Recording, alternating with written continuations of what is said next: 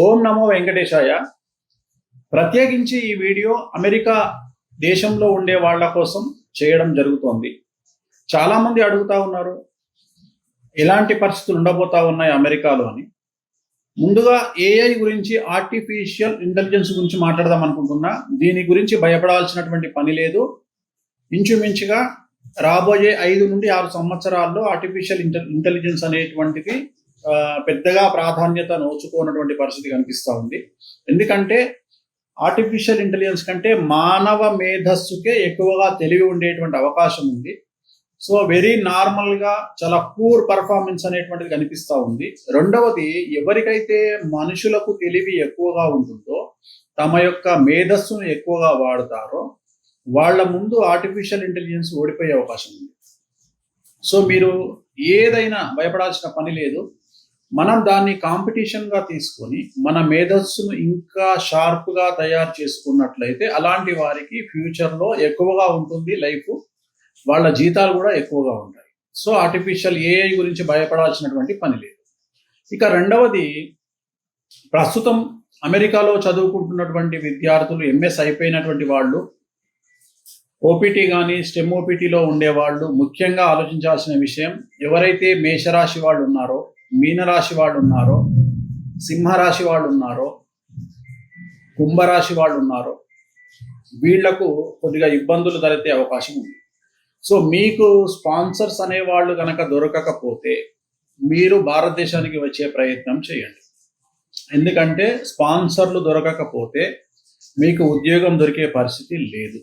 కాబట్టి సమస్యాత్మకంగా ఉండే అవకాశం ఉంది. కాబట్టి మీరు అక్కడ ఉండి ఏదో చిన్న చిన్న పార్ట్ టైములు చేసుకొని గట్టెక్కుతామనుకుంటే ఓకే. లేదంటే ఇండియాకు వస్తే ఏదో ఒకటి ఇండియాలో సొల్యూషన్ అనేది దొరుకుతుంది. ఎందుకంటే భారతదేశాన్ని కబలించబోతున్న ఆర్థిక మాంద్యం భారతదేశము కంటే ఎక్కువగా అమెరికాను కబలించబోతా ఉంది. ఎందుకంటే ప్రస్తుతం భారతదేశం యొక్క దశ చిత్రం కుజమహర్దశ. అమెరికాకు ఏలినాటి శనితో పాటు కుజమహర్దశ నడుస్తుంది. కాబట్టి రాబోయే కాలంలో అమెరికా భారతదేశం కంటే కూడా చాలా ఎక్కువగా ఆర్థిక మాంద్యం బారిన పడే అవకాశం ఉంది. కాబట్టి ప్రపంచంలో నెంబర్ 1 చాలా గొప్ప దేశం లాంటి అమెరికాలో కూడా సమస్యలు, ఆర్థిక మాంద్యము, రేట్ల పెరుగుదల ఇవన్నీ కనిపిస్తూ ఉన్నాయి. కాబట్టి అక్కడ కూడా మీరు ఉండలేనటువంటి పరిస్థితి ఉంటుంది. కాబట్టి ఒకవేళ మీరు తట్టుకోగలిగితే తట్టుకోండి విద్యార్థులు, లేదంటే సాధ్యమైనంత వరకు భారతదేశానికి వచ్చే ప్రయత్నం చేయండి. అలాగే స్టెమ్ ఓపీటీలో ఉండే విద్యార్థుల గురించి మాట్లాడినాము. H1కు సంబంధించినటువంటి వాళ్ళు కూడా మీకు ఉద్యోగం లేకపోతే మీరు కనుక సింహరాశి, కుంభరాశి, మీనరాశి, మేషరాశి, తులారాశి వాళ్ళైతే ఇండియాకు వచ్చే ప్రయత్నం చేయండి, మీకు స్పాన్సర్లు దొరకకపోతే. అన్నిటికంటే ముఖ్యమైన విషయము, అమెరికాలో సిటిజన్స్ కానీ గ్రీన్ కార్డు హోల్డర్స్ కానీ చెప్పదలుచుకున్నటువంటి విషయం ఏమిటంటే, మీరు రాబోయే 6 సంవత్సరాలలో ఎవ్వరికి కూడా ₹1 నమ్మి ఇవ్వకండి. మీ రక్త సంబంధికులైనా సరే, మీ తల్లి తండ్రులైనా సరే, గుర్తుంచుకోండి, అండర్లైన్ చేసుకోండి. మీరు రాబోయే 7 సంవత్సరాల పాటు, అంటే ఇంచుమించు 6.5 సంవత్సరాల పాటు ఎవరిని నమ్మకండి. మీరు సంపాదించిన డబ్బులో నుండి మీరు మీ రక్త సంబంధీకులను నమ్మడము, మీ స్నేహితులను నమ్మడము, మీ తల్లిదండ్రులను నమ్మడము, అది అమ్మాయి అయినా సరే, అబ్బాయి అయినా సరే, స్త్రీలైనా సరే, పురుషులైనా సరే, మీరు ఎట్టి పరిస్థితులలో ఎవరిని నమ్మకండి.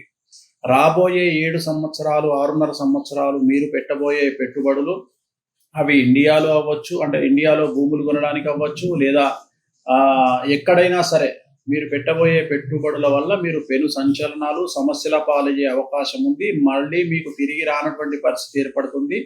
అది మీ రక్త సంబంధీకులైనా సరే. కాబట్టి మీరు ఎవరిని నమ్మకండి. ఎవరిని నమ్మి భాగస్వామ్య వ్యాపారాలు ఇతర దేశాలలో పెట్టకండి. అది దుబాయ్ కావచ్చు, అమెరికా కావచ్చు, సో ఆస్ట్రేలియా కావచ్చు. సో ఇలాంటి వేరే దేశాల్లో ఉండేటువంటి మీ స్నేహితులను నమ్మకండి, మీ రక్త సంబంధీకులను నమ్మకండి.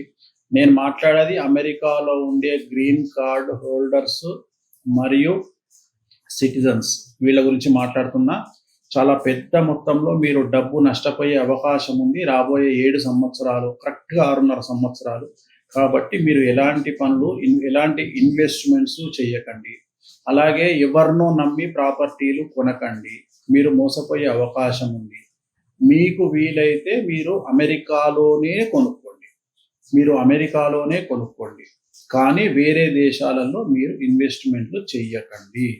ఇది చాలా స్ట్రిక్ట్గా చెప్తా ఉన్నాను. చాలా నష్టపోయే అవకాశం ఉంది.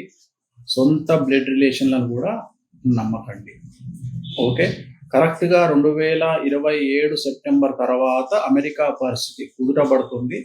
మళ్ళీ అక్కడి నుండి విద్యార్థులకు కానీ ఇతర వేరే వాళ్ళకు కానీ మెల్లిమెల్లిగా మళ్ళీ వెసులుబాటు ఏర్పడుతుంది. ఇప్పుడున్న టఫ్ సిచ్యువేషన్ అమెరికాకు సంబంధించి కొద్దిగా తగ్గే అవకాశం ఉంది. అప్పుడు మళ్ళీ మనం అమెరికాకు వెళ్ళే అవకాశాలు విద్యార్థులకు మళ్ళీ వెసులుబాటు ఉంటుంది. కాబట్టి ఈ సంవత్సరం పాటు విద్యార్థులు సాధ్యమైనంత వరకు మీరు కష్టపడితే, మీకు ఓపిక ఉంటే కష్టపడండి, లేదా ఇండియాకు వచ్చేయండి. ఓం నమో వెంకటేశ్వర.